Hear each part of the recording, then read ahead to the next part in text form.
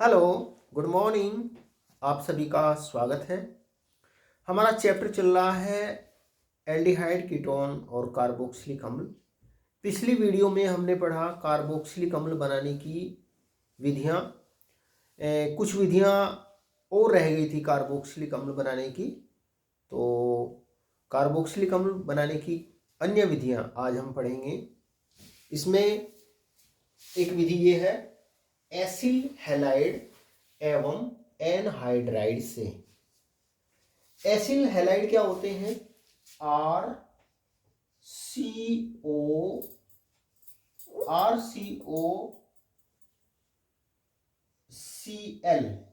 इस सूत्र के यौगिक कहलाते हैं एसिल हैलाइड। एसिल हैलाइड जल द्वारा जल अपघटित होकर के कार्बोक्सिलिक अम्ल देते हैं। जब एसिल हैलाइड का जल के द्वारा जल अपघटन करते हैं ना, तो जो एसिल हैलाइड होते हैं उनसे कार्बोक्सिलिक अम्ल प्राप्त होते हैं। देखो, जब H2O इसका जल अपघटन करते हैं, है ना, यहाँ से एक H इसके साथ में HCl बनेगा और OH बचेगा, वो OHCl की जगह आ जाएगा, तो ये बनता है RCOOH, है ना, प्लस HCl। तो जो एसिल हैलाइड होते हैं, एसिल हैलाइड को अम्ल क्लोराइड भी बोलते हैं, इनको अम्ल क्लोराइड भी बोलते हैं। तो अम्ल क्लोराइड जल के द्वारा अपघटन करने पर अम्ल क्लोराइड का वो कार्बोक्सिलिक अम्ल देते हैं। अम्ल क्लोराइडों का क्षारीय माध्यम में जल अपघटन करने पर, जब इनका अक्षारीय माध्यम में जल अपघटन करते हैं ना, तो ये सरलता से जल अपघटित होकर के कार्बोक्सिलेट आयन देते हैं। इस प्रकार से इनका जल अपघटन आसानी से होता है क्षार की उपस्थिति में। अक्षारीय माध्यम में जलीय विलयन में अम्ल क्लोराइड आसानी से जल अपघटित होते हैं और ये देते हैं carboxylate ion.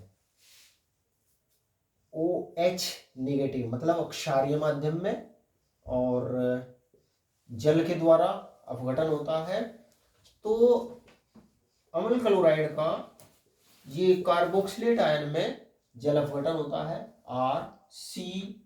RCOO carboxylate ion बनता है और Cl आयन बनता है। इस कार्बोक्सिलेट आयन का अम्लन करने पर, इसका एसिडिफिकेशन करने पर H3O, अम्लन मतलब अम्ल के तनु जलीय विलयन के साथ में अभिक्रिया कराने पर जो कार्बोक्सिलेट आयन होता है ना, इसमें से प्रोटॉन इसमें जुड़ जाता है, तो प्राप्त होता है RCOOH। तो ये प्राप्त होता है कार्बोक्सिलेट आयन। देखो, इसको हम और आसानी से इस तरीके से समझ सकते हैं। देखो, जो ये अम्ल क्लोराइड है ना, इसमें जल का अणु इसी प्रकार से जुड़ता है, जल का अणु इसी प्रकार से जुड़ता है और ये इसी प्रकार से ये प्राप्त होता है RCOOH, है ना।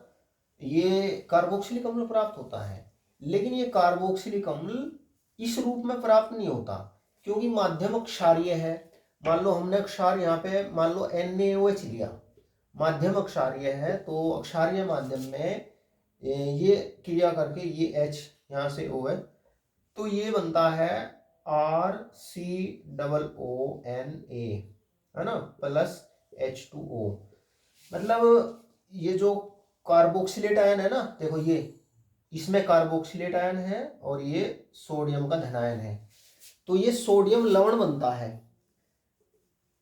जब अक्षार के द्वारा जल अपघटन करते हैं तो इसकी जगह ये लवण प्राप्त होता है, इस लवण का विलयन प्राप्त होता है ना, ये प्राप्त होता है सोडियम कार्बोक्सिलेट। तो फिर इसकी अम्ल के साथ में रिएक्शन कराते हैं, अम्ल ले सकते हैं, HCl ले सकते हैं, H2SO4 ले सकते हैं, तो ये हो जाएगा NaCl और ये होता है RCOOH, है ना, H यहाँ पर जुड़ जाता है। तो इस प्रकार से कार्बोक्सिलिक अम्ल प्राप्त होता है। तो जो अम्ल क्लोराइड होते हैं, अम्ल क्लोराइड जल अपघटित होकर के वो कार्बोक्सिलिक अम्ल देते हैं। अक्षारीय माध्यम में जल अपघटन और आसानी से होता है, जिससे ये कार्बोक्सिलेट आयन प्राप्त होता है, या कहे ये सोडियम लवण प्राप्त होता है कार्बोक्सिलिक अम्ल का, और जिसको अम्लीय करते हैं तनु अम्ल के द्वारा, तनु अम्ल के साथ में इसकी अभिक्रिया करते हैं। देखो ये H3O का मतलब है कि ये अम्ल का तनु विलयन है। अम्ल क्या होते हैं? जो प्रोटॉन देते हैं, है ना। और ये प्रोटॉन इस रूप में नहीं रहता पानी में, बल्कि ये पानी के साथ में अभिक्रिया करके ये बना लेता है हाइड्रोनियम आयन। तो H3O पॉजिटिव का मतलब होता है कि ये अम्ल का तनु विलयन है। तो ये जो सोडियम लवण प्राप्त होता है, ये अम्ल के साथ में रिएक्शन कराते हैं, इसको अम्लीय करते हैं, एसिडिफिकेशन करते हैं, तो ये कार्बोक्सिलिक अम्ल प्राप्त होता है। अच्छा, इसके उदाहरण देखते हैं। देखो जैसे ये है CH3COCl, ये एसिटिल क्लोराइड है, इसका नाम है एसिटिल क्लोराइड। देखो एसिटिल क्लोराइड का जब हम जल अपघटन सीधे पानी के द्वारा करते हैं तो इससे ये क्या प्राप्त होता है? CH3COOH, है ना, प्लस HCl। तो सीधे हमें एसिटिक अम्ल प्राप्त हो जाता है। ये क्या है? एसिटिक अम्ल। ये कार्बोक्सिलिक अम्ल है, एसिटिक अम्ल प्राप्त होता है। और जब क्षारीय माध्यम में इसका जल अपघटन करते हैं, अक्षारीय माध्यम में मान लीजिए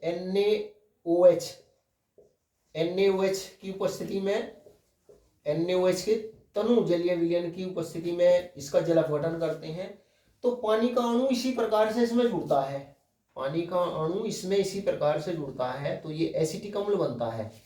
लेकिन एसिटिक अम्ल इस रूप में नहीं रहता विलयन में, बल्कि ये NaOH के साथ में अभिक्रिया करके ये इस रूप में प्राप्त होता है, ये सोडियम एसीटेट।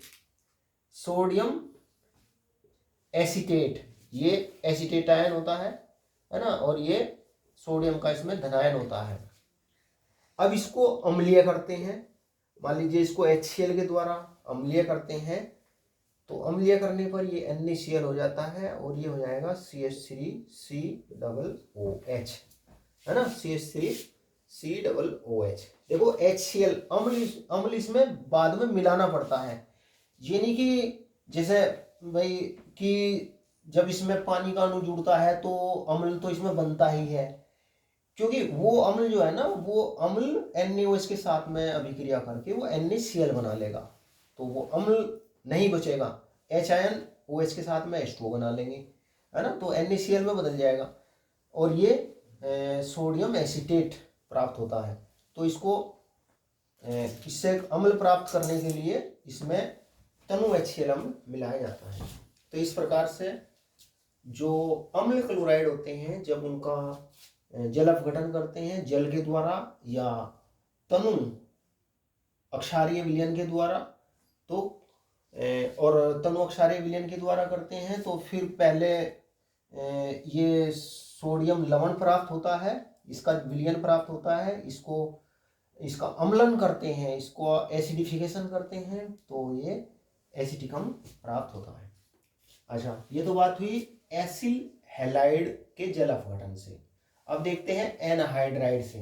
देखो जो एनहाइड्राइड होते हैं ना, एनहाइड्राइड जल के द्वारा जल अपघटित होकर के, जैसे ये C6H5CO का होल ट्वाइस O, ये है बेंजोइक एनहाइड्राइड, इसका नाम है बेंजोइक एनहाइड्राइड।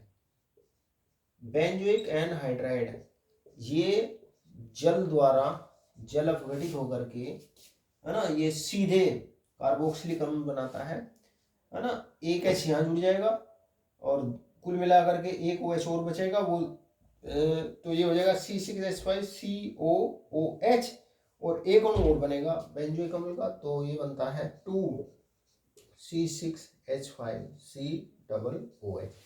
तो ये बनता है बेंजोइक अम्ल। तो जो एनहाइड्राइड होते हैं, एनहाइड्राइड जल अपघटित होकर के बनाते हैं कार्बोक्सिलिक अम्ल। नोट करिए इसको। कार्बोक्सिलिक अम्ल बनाने की अगली विधि, वेरी इंपॉर्टेंट विधि, ग्रिग्नार अभिकर्मक से, ग्रिग्नार अभिकर्मक से, अभिकर्मक से। ग्रिग्नार अभिकर्मक क्या होते हैं? ग्रिग्नार्ड रिएजेंट RMgX, इस सूत्र के यौगिक कहलाते हैं ग्रिग्नार अभिकर्मक। ये एरिल समूह भी हो सकता है, यानी कि इसको हम इस तरीके से प्रदर्शित करेंगे ArRMgX, इस सूत्र के यौगिक। यहाँ पे ये एरिल समूह भी हो सकता है, C6H5 एल्किल समूह भी हो सकता है। तो ये इस सूत्र के यौगिक कहलाते हैं ग्रिग्नार अभिकर्मक, ग्रिग्नार्ड अभिकर्मक। वेरी इंपोर्टेंट अभिक्रिया है। तो ग्रिग्नार्ड अभिकर्मक से कार्बोक्सिलिक अम्ल किस प्रकार से बनाते हैं? ग्रिग्नार अभिकर्मक की अभिक्रिया शुष्क ईथर में, ग्रिग्नार अभिकर्मक की अभिक्रिया शुष्क ईथर में, जो ग्रिग्नार्ड रिएजेंट होता है ना, वो ईथर में, ईथर माध्यम में ही अभिक्रिया करता है। तो जो ग्रिग्नार अभिकर्मक होता है उसकी अभिक्रिया ईथर में ठोस कार्बन डाइऑक्साइड के साथ में कराते हैं। ठोस कार्बन डाइऑक्साइड, CO2 कैसी? ठोस, ठोस। इसको ड्राई आइस भी बोलते हैं, ड्राई आइस, ड्राई आइस। तो जब ग्रिग्नार्ड रिएजेंट की अभिक्रिया ईथर में, शुष्क ईथर में ठोस कार्बन डाइऑक्साइड के साथ में कराते हैं ना, तो कार्बोक्सिलिक अम्लों के लवण बनते हैं, कार्बोक्सिलिक अम्लों के लवण बनते हैं, जिनको अम्लीय करने पर कार्बोक्सिलिक अम्ल प्राप्त होते हैं। इस प्रकार से देखो, मान लीजिए ये RMgX, ये ग्रिग्नार्ड रिएजेंट है।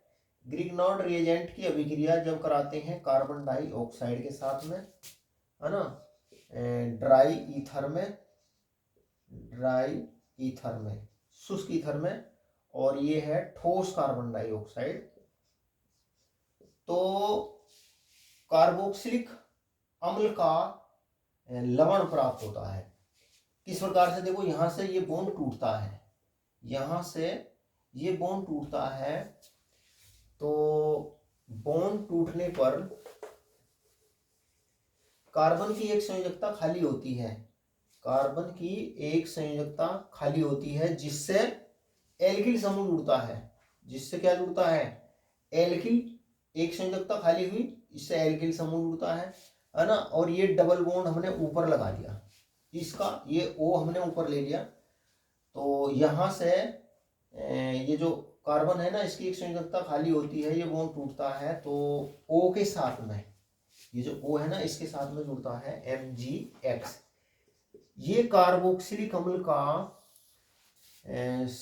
लवण प्राप्त होता है, इसको अम्लीय करते हैं, इसको अम्लीय करते हैं, इसका एसिडिफिकेशन करते हैं तमु अम्ल के द्वारा, तो इसका जल अपघटन होता है, अम्ल की उपस्थिति में इसका जल अपघटन होता है। देखो, यहां से ये बॉन्ड टूटता है, यहां से H यहाँ जुड़ता है और OH इसके साथ में जुड़ता है Mg के साथ में, तो ये बनता है R डबल बॉन्ड OH, है ना, RC डबल बॉन्ड OH, और प्लस ये बनता है MgOHX, बेसिक मैग्नीशियम हैलाइड, और ये क्या बन गया? कार्बोक्सिलिक अम्ल प्राप्त होता है।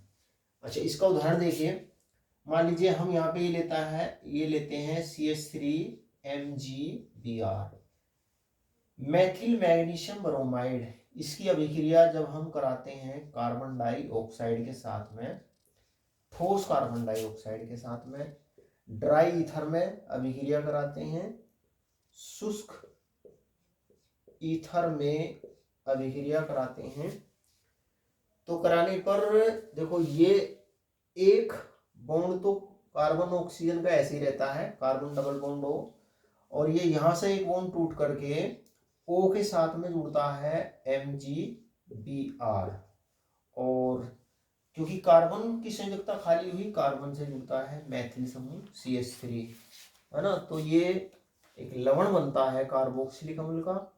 इसको फिर अम्ल की उपस्थिति में इसका जल अपघटन करते हैं, तो जल अपघटन करने पर यहां से ये बॉन्ड टूटता है, तो ये OH इसके साथ में जुड़ता है, H यहाँ जुड़ता है, तो ये बनता है CH3COOH, है ना, एसिटिक अम्ल बनता है। और ये बनता है hydroxy magnesium bromide, hydroxy magnesium bromide, या ऐसे कहेंगे बेसिक मैग्नीशियम ब्रोमाइड, और ये बनता है एसिटिक अम्ल। अच्छा, एक अगली इंपॉर्टेंट अभिक्रिया, इसकी समीकरण लिखो, देखो ये है C6H5 MgBr, ये है phenyl magnesium bromide, phenyl magnesium, ये बनता है phenyl magnesium bromide. Phenyl magnesium bromide, magnesium bromide की अभिक्रिया कराते हैं कार्बन डाइऑक्साइड के साथ में, और यही शुष्क ईथर में, ईथर माध्यम में अभिक्रिया होती है, ड्राई ईथर में, है ना, ईथर में अभिक्रिया होती है। तो पहले ये बनता है C6H5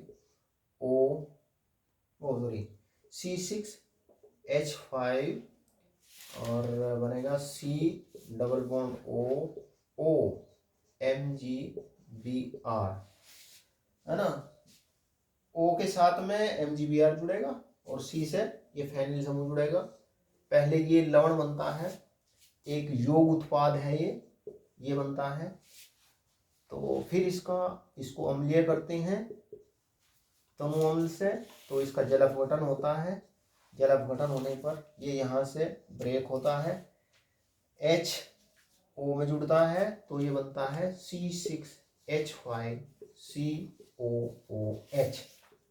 COOH प्लस ये MgOHBr, तो ये बनता है क्या, बेंजोइक अम्ल, बेंजोइक अम्ल बनता है। तो ग्रिग्नार्ड अभिकर्मक शुष्क ईथर में, ग्रिग्नार्ड अभिकर्मक की अभिक्रिया शुष्क ईथर में ठोस कार्बन डाइऑक्साइड के साथ में कराने पर कार्बोक्सिलिक अम्ल का लवण प्राप्त होता है, जिसको अम्लीय करने पर कार्बोक्सिलिक अम्ल प्राप्त होता है।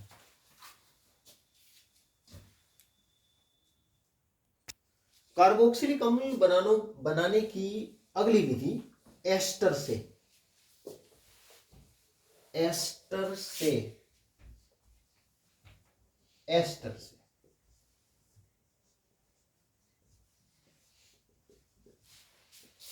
कार्बोक्सिलिक अम्ल एस्टर से जल अपघटन के द्वारा बनाए जाते हैं।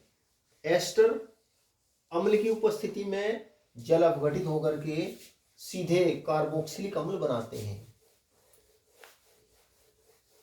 एस्टर का अम्ल की उपस्थिति में, तनु अम्ल की उपस्थिति में एस्टर जल अपघटित होकर के सीधे कार्बोक्सिलिक अम्ल बनाते हैं। इस प्रकार से देखो, ये है CH3COOC2H5, है ना, इसका नाम क्या है, एथिल एसीटेट, एथिल एसीटेट। ये एक एस्टर है, देखो जब एस्टर का जल अपघटन करते हैं अम्लीय माध्यम में H3O पॉजिटिव, यह है हाइड्रोनियम आयन, इसका मतलब यह है कि अम्ल का तनु विलयन है, ये अम्ल का ये तनु विलयन है। तो जब जल अपघटन करते हैं ना, तो जल अपघटन करने पर यहां से ये यहां से CO के साथ में ये OH जुड़ता है और ये हो जाएगा C2H5OH, C2H5OH है ना। ये CH3 CO से आगे क्या जुड़ता है OH, तो ये बनता है CH3COOH, ये कार्बोक्सिलिक अम्ल बनता है और ये बनता है एल्कोहल। एल्कोहल कौन सा है, ये एथेनॉल है ये एल्कोहल। तो जो कार्बोक्सिलिक जो एस्टर होते हैं ना, एस्टर का जब तनु अम्ल की उपस्थिति में जल अपघटन करते हैं तो उससे सीधे क्या प्राप्त होता है, कार्बोक्सिलिक अम्ल प्राप्त होता है। इसी प्रकार से एस्टर अक्षारीय माध्यम में जल अपघटन करने पर पहले कार्बोक्सिलेट बनाते हैं, इस प्रकार से देखो इस तरीके से CH3COOC2H5 है ना, अक्षारीय माध्यम में NaOH। तो पहले ये बनाते हैं CH3COONA, ये बनाते हैं सोडियम, अगर NaOH लेंगे तो सोडियम एसीटेट है ना, कार्बोक्सिलेट आयन है इसमें, ये सोडियम एसीटेट, और ये बनता है C2H5OH। देखो अभिक्रिया इसी प्रकार से होती है। पहले देखो ये यही बनता है, पहले इसमें भी यही बनता है, एसिटिक अम्ल बनता है, एथेनॉल बनता है, लेकिन क्योंकि मीडियम बेसिक है, क्षारीय माध्यम है, ये इसके साथ में अभिक्रिया करके ये H और ये OH ये पानी बना देता है और ये बनता है सोडियम एसीटेट। और जब इसको अम्लीय करते हैं है ना, इसकी अम्ल के साथ में अभिक्रिया कराते हैं है ना, H3O, इसको अम्लीय करते हैं और मान लीजिए हम अम्लीय ही ले लेते हैं, HCl अम्ल ले लेते हैं, तो ये हो जाएगा NaCl, H यहाँ पर जुड़ जाएगा, तो ये क्या प्राप्त होता है, एसिटिक अम्ल, कार्बोक्सिलिक अम्ल ये प्राप्त होता है। अच्छा, इसी प्रकार से अगली अभिक्रिया देखते हैं। देखो ये यौगिक है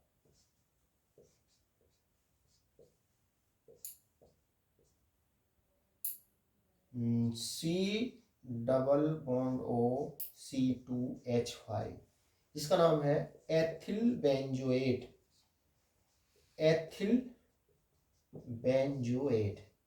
देखो एथिल बेंजोएट का जब हम जल अपघटन करते हैं और एथिल बेंजोएट का जब हम जल अपघटन करते हैं अम्लीय माध्यम में जब हम इसका जल अपघटन करते हैं, तो जल अपघटन करने पर ये अम्लीय माध्यम H3O, ये हाइड्रोनियम आयन है ना, अम्लीय माध्यम में जब इसका जल अपघटन करते हैं तो इसमें जल का अणु जुड़ता है, है ना, यहाँ से ये टूटता है, OH यहाँ जुड़ जाएगा, H इधर जुड़ता है, ये C2H5 हो जाएगा, तो ये बनता है COOH है ना, क्या है ये बेंजोइक अम्ल बनता है, प्लस C2H5OH, क्या बनता है ये बेंजोइक अम्ल बनता है। क्या बन गया ये बेंजोइक अम्ल बनता है। अच्छा, एक एग्जाम्पल और देखते हैं इसका। एस्टर से जल अपघटन के द्वारा तो ध्यान रखो, जो एस्टर होते हैं ना, एस्टर जल अपघटित होकर के क्या बनाते हैं, कार्बोक्सिलिक अम्ल बनाते हैं, कार्बोक्सिलिक अम्ल बनाते हैं और एल्कोहल का एक अणु बनाते हैं। एस्टर के अणु से कार्बोक्सिलिक अम्ल का एक अणु बनता है और एल्कोहल का एक अणु बनता है। देखो ये है CH3 CH2 CH2 C double bond O C2H5, है ना। इसका नाम क्या होगा भाई, एथिल ब्यूटेनोएट, एथिल ब्यूटेनोएट, एथिल ब्यूटेनोएट, है ना।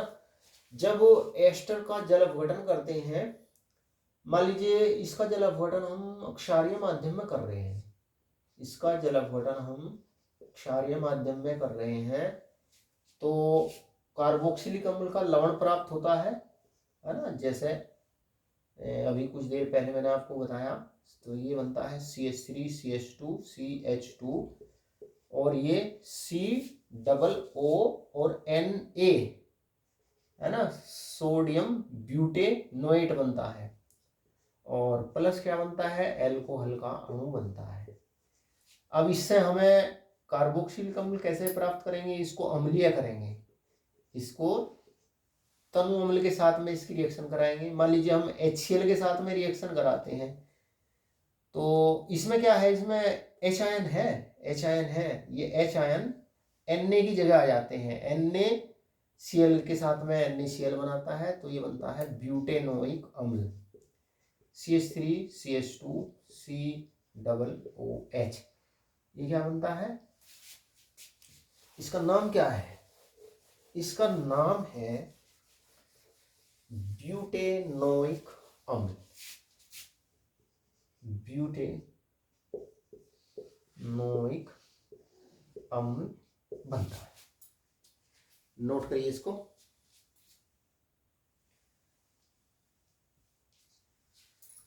तो प्यारे विद्यार्थियों, आज हमने पढ़ा कार्बोक्सिलिक अम्ल बनाने की विधियां कैसे बनाते हैं।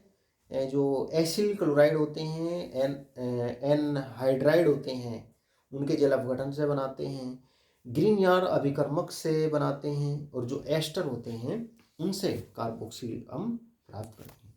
तो प्यारे विद्यार्थियों, आज की वीडियो में इतना ही। वीडियो अच्छा लगे तो शेयर करना, लाइक करना। थैंक यू, नमस्कार।